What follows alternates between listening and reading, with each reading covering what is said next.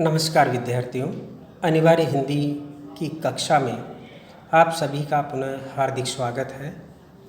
आज की हमारी चर्चा का विषय होगा गद्य भाग, अनिवार्य हिंदी गद्य भाग दूसरा पाठ, वासुदेव शरण अग्रवाल और उनका निबंध राष्ट्र का स्वरूप। वासुदेव शरण अग्रवाल पर हम चर्चा कर चुके हैं। उनके व्यक्तित्व, उनके कृतित्व, उनके जीवन परिचय और साहित्य की यात्रा, साहित्य के योगदान और रचनाओं पर आज की हमारी चर्चा पूर्ण रूप से केंद्रित है राष्ट्र का स्वरूप निबंध पर, जिसमें राष्ट्र का स्वरूप निबंध का पठन करेंगे। इस पाठ का हम परिचय प्राप्त करेंगे और इस पठन और पाठ परिचय में यही रहेगा कि इस निबंध का हम पढ़ेंगे और एक एक चीज़ को बारीकी से देखते हुए चलेंगे और इसमें जो कठिन शब्द हैं वो भी आपको एक साथ दिए जाएंगे, जिससे कि आपको इस पाठ को पढ़ने में किसी तरह की समस्या नहीं आएगी। तो इस निबंध के संदर्भ में एक संक्षेप में ये कहा जा सकता है कि यह निबंध भारतीय जनमानस में राष्ट्र के प्रति एक समझ और समर्पण का भाव पैदा करता है और प्रत्येक नागरिक के मन में कि वह नागरिक है और एक नागरिक के तौर पर राष्ट्र के प्रति उसके क्या दायित्व हो सकते हैं, या कि कोई भी राष्ट्र अपने नागरिकों में कब राष्ट्रीय भावना को जागृत रूप में देख सकता है। उस संदर्भ में लेखक ने बहुत ही महत्वपूर्ण अध्ययन प्रस्तुत किया है और सरल शैली में हमारे सामने प्रस्तुत किया है कि किसी भी राष्ट्र की राष्ट्रीय भावना कब समृद्ध होती है और राष्ट्रीय भावना का योगदान राष्ट्र की समृद्धि में कितना होता है और राष्ट्रीय भावना वास्तव में कहते किसे हैं, इसका बहुत ही महत्वपूर्ण अध्ययन और बहुत ही महत्वपूर्ण जानकारी यह पाठ आपके सामने प्रस्तुत करता है। तो देखिए, प्रस्तुत पाठ में लेखक ने विभिन्न तत्वों के आधार पर, जो कि लेखक ने के अपने मौलिक तत्व है, खुद की समझ है, उन्होंने उन तत्वों को रेखांकित किया है कि किसी भी राष्ट्र की राष्ट्रीयता को मजबूत होने के लिए ये चीज़ें ज़रूरी है और किसी भी राष्ट्र को राष्ट्र बनने के लिए किन किन तत्वों की ज़रूरत पड़ती है, उन तत्वों का उन्होंने व्याख्या की है। तत्वों के आधार पर राष्ट्र के स्वरूप की व्याख्या करते हुए जन के मन में अर्थात जनता के मन में विभिन्न तत्वों के सम्मिलन से उसकी उत्कृष्ट राष्ट्रीय भावना का परिचय दिया है। भू के प्रति अर्थात भूमि के प्रति मातृवत श्रद्धा जन को अर्थात जनता को आदर्श नागरिक बनाती है। वहीं संस्कृति तत्व उसमें उच्च मूल्यों की प्रतिष्ठा कर उसकी भावात्मक एकता को की सुदृढ़ता का या दृढ़ता का परिचायक है। प्रस्तुत निबंध एक गौरवशाली राष्ट्र भाव को, राष्ट्रीय भावना को जन जन में प्रसारित करने का एक स्तुत्य प्रयास है। यानी कि इस निबंध के माध्यम से राष्ट्रीय भावना को जागृत करने का प्रयास किया है कि एक राष्ट्र कब बनता है, राष्ट्र में राष्ट्रीय भावना कैसे जागृत होती है और राष्ट्रीय भावना जागृत होने के बाद राष्ट्र की समृद्धि के द्वार किस प्रकार से खुलते हैं। इस निबंध के अंदर कुछ जो कठिन शब्द भी हैं, जैसे तृणलता है, अर्थ होगा तिनके और बेल, आद्योपांत आदि से अंत तक, सांगोपांग पूरी तरह, परिवर्धित यानी बढ़े हुए वृद्धि के साथ, निधियों अर्थात खजाने, वसुंधरा अर्थात धरती, अभ्युदय यानी उत्थान और प्रगति, शिल्पियों अर्थात कारीगरों, नग का अर्थ होता है पहाड़, भित्ति अर्थात दीवार, अधपतन यानी कि गिरावट या कि पतन, सहस्त्रों अर्थात हजारों, कबंध अर्थात धड़, विरहित अर्थात बिना, अंतर्निहित यानी छिपा हुआ, सहिष्णुता यानी सहनशीलता, आमोद प्रमोद अर्थात उत्साह और मनोरंजन, अमित अर्थात अपार, निर्मूल यानी जड़ रहित आधारहीन, सौरभ यानी सुगंध, पार्थिव अर्थात भौतिक या पृथ्वी संबंधी, सांसारिक, पार्थिव अर्थात सांसारिक भी हो सकता है या पृथ्वी संबंधित या भौतिक वस्तुओं को पार्थिव जगत कहते हैं। ये जो सारा चराचर जगत है वो सारा का सारा पार्थिव जगत के अंतर्गत आता है। विटप अर्थात वृक्ष, समन्वय यानी तालमेल, पृथक अर्थात अलग। अब हम पाठ परिचय प्राप्त करते हैं, पाठ का पठन करते हैं। देखिए, भूमि पर बसने वाला जन और जन की संस्कृति। क्या क्या? एक तो धरती और धरती पर निवास करने वाला व्यक्ति और उन व्यक्तियों की एक सामूहिक संस्कृति। इन तीनों के सम्मिलन से राष्ट्र का स्वरूप निर्धारित होता है, राष्ट्र का स्वरूप बनता है। भूमि का निर्माण देवों ने किया है। वह अनंत काल से उसके भौतिक रूप, सौंदर्य और समृद्धि के प्रति सचेत होना हमारा आवश्यक कर्तव्य है।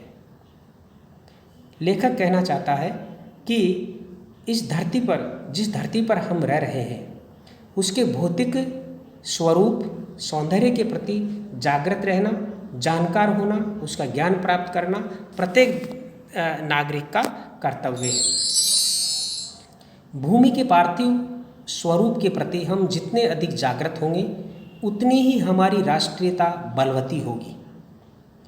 एक राष्ट्र के लिए और राष्ट्र के नागरिकों के लिए क्या ज़रूरी है? एक समृद्ध राष्ट्र कब बनता है? एक राष्ट्र के अंदर राष्ट्रीय भावना कब बलवती होती है? उस राष्ट्र के जो तत्व है, धरती है, जल है और संस्कृति है, उनका आपस में पारस्परिक संबंध क्या है? इस संपूर्ण निबंध में इसी चीज़ की व्याख्या की गई है। और विशिष्टता यह है कि ये व्याख्या है वो बहुत सरल और मर्मस्पर्शी है, हृदय स्पर्शी है। ये पृथ्वी सच्चे अर्थों में समस्त राष्ट्रीय विचारधाराओं की जननी है। जो राष्ट्रीयता पृथ्वी के साथ नहीं जुड़ी वह निर्मूल होती है।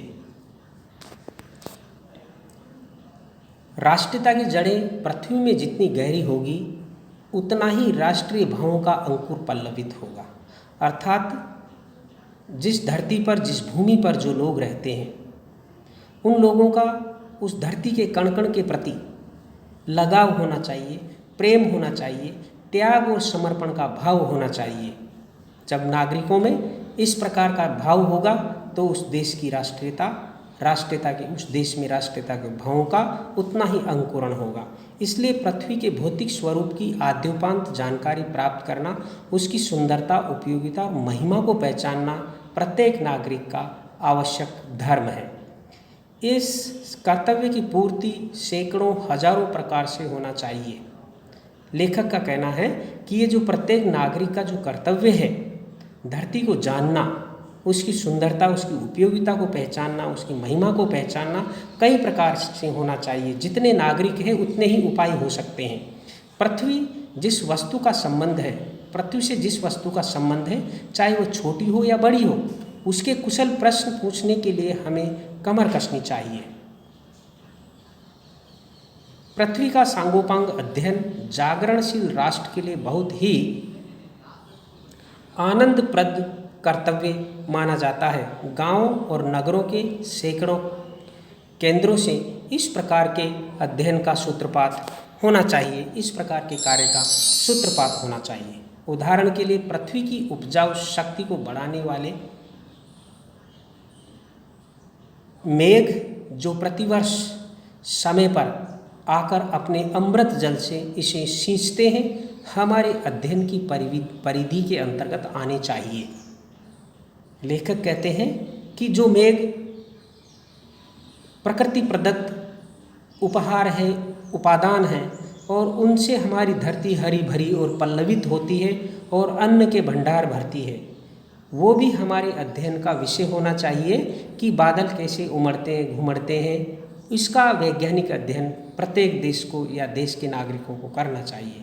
उन मेघ जलों से परिवर्तित प्रत्येक तृणलता और वनस्पति का सूक्ष्म अध्ययन प्राप्त करना भी हमारा कर्तव्य है। इस प्रकार जब चारों ओर से हमारे ज्ञान के कपाट खुलेंगे, तब सैकड़ों वर्षों से शून्य और अंधकार से भरे हुए जीवन के क्षेत्रों में नया उजाला दिखाई देगा। लेखक का कहने का तात्पर्य यह कि इस प्रकार से जिस धरती पर हम बसते हैं, जिस धरती पर हम रहते हैं, उसके विविध रूप स्वरूपों पर हमारा अध्ययन होगा, हमारी वैज्ञानिक पड़ताल होगी, तो कई प्रकार के जिन क्षेत्रों में हमारी कोई जानकारी नहीं है, उन क्षेत्रों में भी प्रकाश फैलेगा, उन क्षेत्रों का भी ज्ञान, और ज्ञान के उपरांत उन क्षेत्रों में भी हमारा काम आगे बढ़ेगा।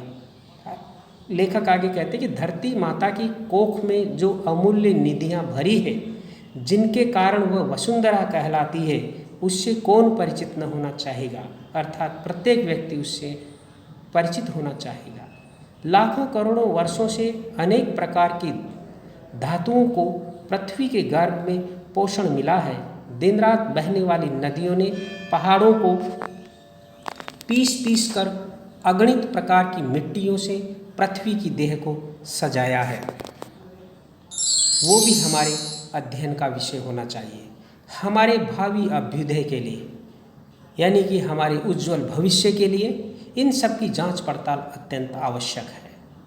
पृथ्वी की गोद में जन्म लेने वाले खड़े पत्थर कुशल शिल्पियों से संवारे जाने पर अत्यंत सौंदर्य के प्रतीक बन जाते हैं। लेकिन कब बनेंगे? जब हम उस संदर्भ में कार्य करेंगे, जानेंगे, पहचानेंगे कि कौन सा पत्थर कहाँ मिलता है। इस प्रकार की जानकारी हमारी होना चाहिए। हमारी धरती की देह, हमारी धरती के पूरा प्रांगण हमारी जानकारी में होना चाहिए। नाना भांति के अनगढ़ नग विंध्य की नदियों के प्रवाह में सूर्य की धूप में चिलकते रहते हैं, चमकते रहते हैं। उन चिलवटों को जब सुंदर कारीगर पहलदार कटाव पर लाते हैं, तराशते हैं, तब उनके प्रत्येक भाग से नई शोभा और सुंदरता फूट पड़ती है। वे अनमोल हो जाते हैं। देश के नर नारियों के रूप मंडन और सौंदर्य प्रसादन में इन छोटे पत्थरों का भी सदा कितना भाग रहा है। अतएव हमें उनका ज्ञान होना आवश्यक है। अर्थात धरती की प्राकृतिक संपदा है, वो भी हमारे ज्ञान का विषय होना चाहिए। यदि हमने हमारी धरती माता की प्राकृतिक संपदा का अध्ययन नहीं किया, तो उस प्राकृतिक संपदा के प्रति हमारा प्रेम है, मोह है, या जो लगाव है, वह भी उत्पन्न नहीं होगा। जब हम धरती माता के प्रत्येक अंग, प्रत्येक भाग और प्रत्येक उपादान का अध्ययन नहीं करेंगे, तब तक हम उनसे परिचित नहीं होंगे।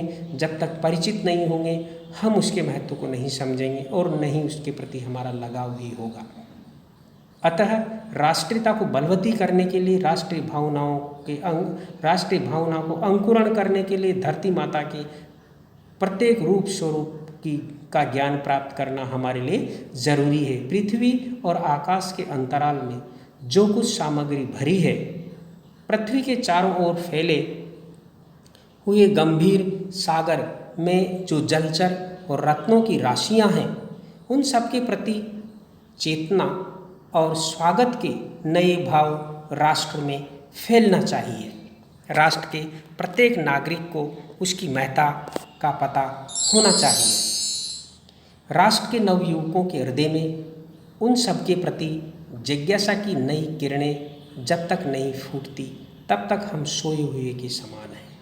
अर्थात धरती माता के प्रत्येक उपादान, प्रत्येक अंग, उसकी प्रत्येक विशिष्टता के बारे में हमारा ज्ञान नहीं होगा, हमारे नवयुवकों का ज्ञान नहीं होगा, तब तक, और उसके जानने के प्रति जब तक नव युवकों में, वैज्ञानिकों में, प्रत्येक नागरिक में जिज्ञासा का भाव पैदा नहीं होगा, तब तक मानना चाहिए कि हम सोए हुए हैं। हम हमारी राष्ट्रीयता के प्रति, हमारी धरती माता के महत्व के प्रति एक प्रकार से आलसी हैं या कि अज्ञानी हैं। विज्ञान और उद्यम दोनों को मिलाकर राष्ट्र के भौतिक स्वरूप का एक नया ठाठ खड़ा करना है। लेखक नागरिकों को, देश के नागरिकों को संबोधित करते हुए, उन्हें प्रेरित करते हुए कहते हैं कि विज्ञान और उद्यम यानी कि उद्यमशीलता दोनों को मिलाकर राष्ट्र के भौतिक स्वरूप का नया ठाठ खड़ा करना है। देश भौतिक दृष्टि से तभी उन्नति कर सकेगा जब हम विज्ञान के क्षेत्र में उन्नति करेंगे, उद्योग के क्षेत्र में उन्नति करेंगे, तभी जो कि उन्नति का, भौतिक विकास का एक नया ठाठ खड़ा हो सकता है। यह कार्य प्रसन्नता, उत्साह और अथक परिश्रम के द्वारा नित्य आगे बढ़ना चाहिए। ये कार्य कोई एक दिन का कार्य नहीं है, बल्कि अथक परिश्रम के साथ निरंतर जो कि गतिमान रहना चाहिए। हमारा यह ध्येय हो कि राष्ट्र में जितने हाथ हैं उनमें से कोई भी इस कार्य में भाग लिए बिना रीता नहीं रहना चाहिए। यानी कि प्रत्येक व्यक्ति का देश के विकास में हाथ होना चाहिए, देश के विकास में योगदान होना चाहिए। तभी मातृभूमि की पुष्कल समृद्धि और समग्र रूप मंडन प्राप्त किया जा सकता है। तभी हमारी जो मातृभूमि है उसका विकास होगा, तभी मातृभूमि महिमा मंडित होगी, तभी मातृभूमि के प्रति देश के प्रत्येक नागरिक का प्रेम भाव जागृत होगा। राष्ट्र का दूसरा स्वरूप है जन, अर्थात जनता। जनता के बिना कोई भी राष्ट्र एक जीवित राष्ट्र की संज्ञा, एक देश राष्ट्र की संज्ञा प्राप्त नहीं कर सकता। मातृभूमि पर निवास करने वाले मनुष्य राष्ट्र का दूसरा सबसे महत्वपूर्ण अंग है। पृथ्वी हो और मनुष्य न हो तो राष्ट्र की कल्पना असंभव है। पृथ्वी और जन दोनों के सम्मिलन से ही राष्ट्र का स्वरूप संपादित होता है या कि रूप बनता है, निर्मित होता है। जन के कारण ही पृथ्वी मातृभूमि की संज्ञा प्राप्त करती है। कोई भी माता पुत्र के बिना माँ की संज्ञा प्राप्त नहीं कर सकती। हम इस धरती माता के पुत्र हैं और जिस प्रकार से पुत्र का माता के प्रति स्नेह होता है, आदर भाव होता है, सम्मान भाव होता है, पूज्य भाव होता है, वही प्रत्येक नागरिक का संबंध इस धरती माता के साथ होना चाहिए। पृथ्वी माता है और जन सच्चे अर्थों में पृथ्वी के पुत्र हैं। जन इस पाठ में जहाँ भी आएगा उसका अर्थ जनता से है। पृथ्वी माता है और जन सच्चे अर्थों में पृथ्वी का पुत्र है। माता भूमि, पुत्रो अहम पृथिव्या, भूमि माता है, मैं उसका पुत्र हूँ। प्रत्येक नागरिक के मन में ये भाव होना चाहिए। जन के हृदय में इस सूत्र का अनुभव ही राष्ट्रीयता की कुंजी है। राष्ट्रीयता की क्या है? राष्ट्रीयता की कुंजी क्या है कि प्रत्येक नागरिक के हृदय में धरती माता के प्रति अपनी माता के समान लगाव होना चाहिए। तभी राष्ट्रीय भावना जागृत होगी, राष्ट्रीयता के बीज अंकुरित होंगे। इसी भावना से राष्ट्र निर्माण के अंकुर उत्पन्न होते हैं। यह भाव जब सशक्त रूप से जनता जागृत होता है, जागता है, तब राष्ट्र निर्माण के स्वर वायुमंडल में भरने लगते हैं। तब राष्ट्र निर्माण की भावना चारों तरफ जो है कि उमड़ने लगती है, जिस प्रकार से आकाश में बादल उमड़ते घुमड़ते हैं। इस भाव के द्वारा ही मनुष्य पृथ्वी के साथ अपने सच्चे संबंध को प्राप्त करता है। जब तक उसमें धरती माता के प्रति संतानवत प्रेम नहीं होगा, तब तक जो कि राष्ट्रीय भावना के उदय होने की संभावना व्यक्त नहीं की जा सकती। जहाँ ये भाव नहीं है वहाँ जन और भूमि का संबंध अचेतन और जड़ बना रहता है। जिस समय भी जन का हृदय भूमि के साथ माता और पुत्र के संबंध को पहचानता है या कि स्थापित करता है, उसी क्षण आनंद और श्रद्धा से भरा हुआ उसका प्रणाम भाव मातृभूमि के लिए इस प्रकार प्रकट होता है। नमो मात्रे पृथ्वी, नमो मात्रे पृथ्वी। माता पृथ्वी को प्रणाम, माता पृथ्वी को प्रणाम। जब व्यक्ति के अंदर धरती माता के प्रति अपनी मातृभूमि के प्रति जब लगाव पैदा हो जाता है, उसकी महत्ता को जब महत्ता का भाव, महत्व का भाव देश के नागरिक में जब जागृत होता है, तो वह उसके प्रति स्वतः ही प्रणत हो जाता है, उसके सामने झुकता है। त्याग और बलिदान की भावना उसमें जागृत होती है। यह प्रणाम भाव ही भूमि और जन का दृढ़ बंधन है। इसी दृढ़ भित्ति पर राष्ट्र का भवन तैयार किया जाता है। इसी दृढ़ चट्टान पर राष्ट्र का चिरजीवन आश्रित रहता है। इसी मर्यादा को मानकर राष्ट्र के प्रति मनुष्य के कर्तव्य और अधिकारों का उदय होता है। जो जन पृथ्वी के साथ माता और पुत्र के संबंध को स्वीकार करता है, उसे ही पृथ्वी के वरदानों में भाग लेने का अधिकार है। कहने का तात्पर्य यह कि धरती माता वरदानों से भरी हुई है। वह अपार खजाना उसके अंदर है, उसकी अपार शक्तियां हैं धरती माता के प्रति। और जो भी पुत्र अर्थात जो भी नागरिक इस धरती के प्रति माता का भाव अपने अंदर जगाता है, उसे ही धरती माता का, पृथ्वी माता का वरदान प्राप्त होता है, या कि वही वरदान प्राप्त करने का अधिकारी बनता है। माता के प्रति अनुराग और सेवा भाव पुत्र का स्वाभाविक कर्तव्य है। वह एक निष्कारण धर्म है। स्वार्थ के लिए पुत्र का माता के प्रति प्रेम पुत्र के अधोपतन को सूचित करता है। अगर कोई पुत्र माता से स्वार्थवश प्रेम करता है तो वह एक प्रकार से उस पुत्र के पतन का कारण बनता है। उसी प्रकार से इस धरती माता के प्रति व्यक्ति अपने व्यक्तिगत स्वार्थ से प्रेम करता है तो वह एक प्रकार से राष्ट्रीय भावना का प्रतीक नहीं है, बल्कि वह उसी पुत्र की भांति होता है जिस प्रकार से कोई पुत्र अपनी माता से स्वार्थवश प्रेम करता है और वह उसके पतन का कारण बनता है। जो जन मातृभूमि के साथ अपना संबंध जोड़ना चाहता है, उसे अपने कर्तव्यों के प्रति पहले ध्यान देना चाहिए कि वह अपनी कर्तव्य भावना से भी जागृत होना चाहिए, प्रत्येक कर्तव्य भावना से भी परिचित होना चाहिए। माता अपने सब पुत्रों को समान भाव से चाहती है। इस प्रकार पृथ्वी पर बसने वाले सब जन बराबर है, उनमें ऊंच और नीच का भाव नहीं है। जो मातृभूमि के हृदय के साथ जुड़ा हुआ है वह समान अधिकार का भागी है। पृथ्वी पर निवास करने वाले जन का विस्तार अनंत है। नगर और जनपद, पूर्व और गांव, जंगल और पर्वत, नाना प्रकार के जन से भरे हुए हैं। यानी कि इस धरती पर, इस भूमि पर लोग रहते हैं। कई तरह के लोग और कई परिस्थितियों में लोग रहते हैं। कोई गांव में रहता है, कोई शहर में रहता है, कोई नगर में रहता है, कोई जनपद में रहता है, कोई जंगल पर रहता है, कोई पर्वत पर रहता है। कई तरह से निवास करते हैं। ये जन अनेक प्रकार की भाषाएं बोलने वाले और अनेक धर्मों के मानने वाले हैं। फिर भी वे मातृभूमि के पुत्र हैं और इस कारण उनका सौहार्द भाव अखंड है। हमेशा धरती माता के प्रति उनका लगाव रहता है, चाहे किसी परिस्थिति में रहो, किसी काल में रहो। सभ्यता और रहन सहन की दृष्टि से जन एक दूसरे से आगे पीछे हो सकते हैं, किंतु इस कारण से मातृभूमि के साथ उनका जो संबंध है उसमें कोई भेदभाव नहीं हो सकता।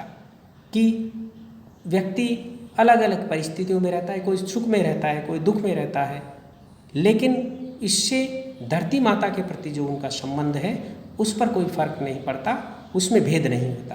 पृथ्वी के विशाल प्रांगण में सब जातियों के लिए समान क्षेत्र है और व्यक्ति अपनी अपनी क्षमता से अपना स्थान बनाता है, लेकिन सब एक साथ चलते हैं। समन्वय के मार्ग से भरपूर प्रगति और उन्नति करने का सबको एक जैसा अधिकार होता है। किसी जन को पीछे छोड़कर राष्ट्र आगे नहीं बढ़ सकता। यहाँ पर लेखक सभी नागरिकों को स्वतंत्रता और समानता का अधिकार भी आवश्यक समझता है प्रत्येक नागरिक के लिए। अतएव राष्ट्र के प्रत्येक अंग की सुध हमें लेनी होगी। राष्ट्र के शरीर के एक भाग में यदि अंधकार और निर्बलता का निवास है तो समग्र राष्ट्र का स्वास्थ्य उतने अंश में असमर्थ रहेगा। अर्थात कहने का तात्पर्य यह कि हमें देश के प्रत्येक नागरिक को साथ लेकर चलना है, क्योंकि सभी को समानता और स्वतंत्रता का अधिकार है, आगे बढ़ने का अधिकार है। इस प्रकार समग्र राष्ट्र जागरण और प्रगति की एक जैसी उदार भावना से संचालित होना चाहिए। जन का प्रवाह अनंत होता है। सहस्त्रों वर्षों से भूमि के साथ राष्ट्रीय जन ने तादाद में प्राप्त किया है। जब तक सूर्य की रश्मियाँ नित्य प्रातःकाल भुवन को अमृत से भर देती है, तब तक राष्ट्रीय जन का जीवन भी अमर रहेगा, या कि अमर है। इतिहास के अनेक उतार चढ़ाव पार करने के बाद भी राष्ट्र निवासी जन नई उठती लहरों से आगे बढ़ने के लिए आज भी अजर और अमर है। जन का सततवाही जीवन नदी के प्रवाह की तरह है, जिसमें कर्म और श्रम के द्वारा उत्थान के अनेक घाटों का निर्माण करना होता है। अब अगला जो तत्व है वह है संस्कृति। लेखक ने राष्ट्र के स्वरूप के 3 महत्वपूर्ण तत्व बताए हैं, जिसमें भूमि, दूसरा जन और तीसरा है संस्कृति। और संस्कृति भी लेखक की दृष्टि से सबसे महत्वपूर्ण चीज़ है। जिस प्रकार से पेड़ के लिए पुष्प जरूरी है, और पेड़ की शोभा पुष्प से है, पेड़ की सार्थकता पुष्प से है, उसी प्रकार से किसी भी देश की जनता की जो चरितार्थता है वो उसकी संस्कृति में है। राष्ट्र का तीसरा अंग जन की संस्कृति है। मनुष्य ने युगों युगों में जिस सभ्यता का निर्माण किया, वही उसके जीवन की श्वास और प्रश्वास है। बिना संस्कृति के जन की कल्पना का बंध मात्र है। अर्थात बिना संस्कृति के जन की कल्पना कैसी है? जैसे बिना सिर के धड़ होता है। संस्कृति ही जन का मस्तिष्क है। मस्तिष्क के विकास और अभ्युदय के द्वारा ही राष्ट्र की वृद्धि संभव है। लेखक यहाँ पर राष्ट्र के लिए संस्कृति को, राष्ट्रीय संस्कृति के महत्व को ज्ञापित कर रहा है। राष्ट्र के समग्र रूप में भूमि और जन के साथ साथ जन की संस्कृति का महत्वपूर्ण स्थान है। यदि भूमि और जन अपनी संस्कृति से विरक्त कर दिए जाएं, तो राष्ट्र राष्ट्र का लोप समझना चाहिए। राष्ट्र एक प्रकार से गुम हो जाएगा।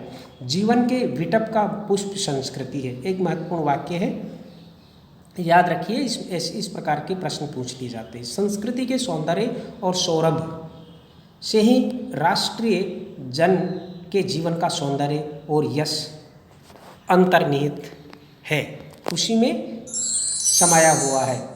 ज्ञान और कर्म दोनों के पारस्परिक प्रकाश की संज्ञा संस्कृति है। भूमि पर बसने वाले जन ने ज्ञान के क्षेत्र में जो सोचा है और कर्म के क्षेत्र में जो रचा है, इन दोनों के रूप में हमें राष्ट्रीय संस्कृति के दर्शन होते हैं, सामूहिक संस्कृति के दर्शन होते हैं। जीवन के विकास की युक्ति ही संस्कृति के रूप में प्रकट होती है।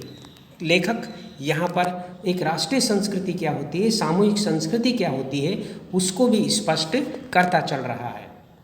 प्रत्येक जाति अपनी अपनी विशेषताओं के साथ इस युक्ति को निश्चित करती है और उससे प्रेरित संस्कृति का विकास करती है। इस दृष्टि से प्रत्येक जन की अपनी अपनी भावना के अनुसार पृथक पृथक संस्कृतियाँ राष्ट्र में विकसित होती है, परंतु उन सब का मूल आधार पारस्परिक सहिष्णुता और समन्वय पर निर्भर है। अर्थात संस्कृतियों के रूप अलग अलग हो सकते हैं, लेकिन उनमें एक सामूहिकता भी होती है। जंगल में जिस प्रकार अनेक लता, वृक्ष और वनस्पति अपने अदम्य भाव से उठते हुए पारस्परिक सम्मिलन से अविरोधी स्थिति प्राप्त करते हैं, अर्थात उनमें किसी भी तरह का विरोध भाव नहीं रहता है। जिस जंगल में कई सारी वनस्पतियाँ होती है, लेकिन एक दूसरे के अस्तित्व के लिए एक दूसरे पर कोई प्रश्न चिन्ह खड़ा नहीं करता है। सब अपनी अपनी स्वतंत्रता में निर्बाध होकर आगे बढ़ते हैं। उसी प्रकार से देश में कई तरह की जातियाँ, कई तरह के वर्ग, कई तरह के संप्रदाय होते हैं, लेकिन उनकी एक सामूहिक संस्कृति भी होती है जो उनको साथ लेकर के चलती है। उसी प्रकार राष्ट्रीय जन अपनी संस्कृतियों के द्वारा एक दूसरे के साथ मिलकर राष्ट्र में रहते हैं। जिस प्रकार जल के अनेक प्रवाह नदियों के रूप में मिलकर समुद्र में एक रूपता प्राप्त करते हैं, उसी प्रकार राष्ट्रीय जीवन की अनेक विधियाँ राष्ट्रीय संस्कृति में समन्वय प्राप्त करती है। समन्वय युक्त जीवन ही राष्ट्र का सुखदायी रूप है। किसी भी राष्ट्र के लिए, राष्ट्र की उन्नति के लिए ये समन्वय जरूरी है। साहित्य, कला, नृत्य, गीत, आमोद प्रमोद अनेक रूपों में राष्ट्रीय जन अपने अपने मानसिक भावों को प्रकट करते हैं। आत्मा का जो विश्वव्यापी आनंद भाव है वह इन विविध रूपों से साकार होता है। यद्यपि बाह्य रूप की दृष्टि से संस्कृति के ये बाहरी लक्षण अनेक दिखाई पड़ते हैं, किंतु आंतरिक आनंद की दृष्टि से उनमें एक सूत्रता है। जो व्यक्ति सहृदय है वह प्रत्येक संस्कृति के आनंद पक्ष को स्वीकार करता है और उससे आनंदित होता है। इस प्रकार की उदार भावना ही विविध जनों में बने हुए राष्ट्र के लिए स्वास्थ्यकर है। गांव और जंगलों में स्वच्छंद जन्म लेने वाले लोकगीतों में, तारों के नीचे विकसित लोक कथाओं में संस्कृति का अमित भंडार भरा हुआ है, जहां से आनंद की भरपूर मात्रा प्राप्त हो सकती है। राष्ट्रीय संस्कृति के परिचय काल में उन सबका स्वागत करने की आवश्यकता है। पूर्वजों ने चरित्र और धर्म, विज्ञान, साहित्य, कला और संस्कृति के क्षेत्र में जो कुछ भी पराक्रम किया है, उस सारे विस्तार को हम गौरव के साथ धारण करते हैं और उसके तेज को अपने भावी जीवन में साक्षात देखते हैं। अर्थात व्यक्ति के जीवन में परंपरा और आधुनिकता दोनों का होना जरूरी है। आधुनिकता परंपरा का स्वागत करे और परंपरा आधुनिकता को अपने अनुभवों से संचित करे, तभी राष्ट्र और समाज जो कि आगे बढ़ता है, संस्कृति निर्मित होती है। यही राष्ट्र संवर्धन का स्वाभाविक प्रकार है, जहाँ अतीत वर्तमान के लिए भार रूप नहीं है, जहाँ भूत वर्तमान को जकड़ रखना नहीं चाहता, वरन अपने वरदान से पुष्ट करके उसे आगे बढ़ाना चाहता है, उस राष्ट्र का हम स्वागत करते हैं। हमारी ये जो चर्चा है यहीं खत्म होती है। अगली चर्चा में हम इस पाठ का सारांश पढ़ेंगे। इस पाठ को और भी अधिक गहराई से जानने का प्रयास करेंगे। तब तक आप देखते रहें। धन्यवाद।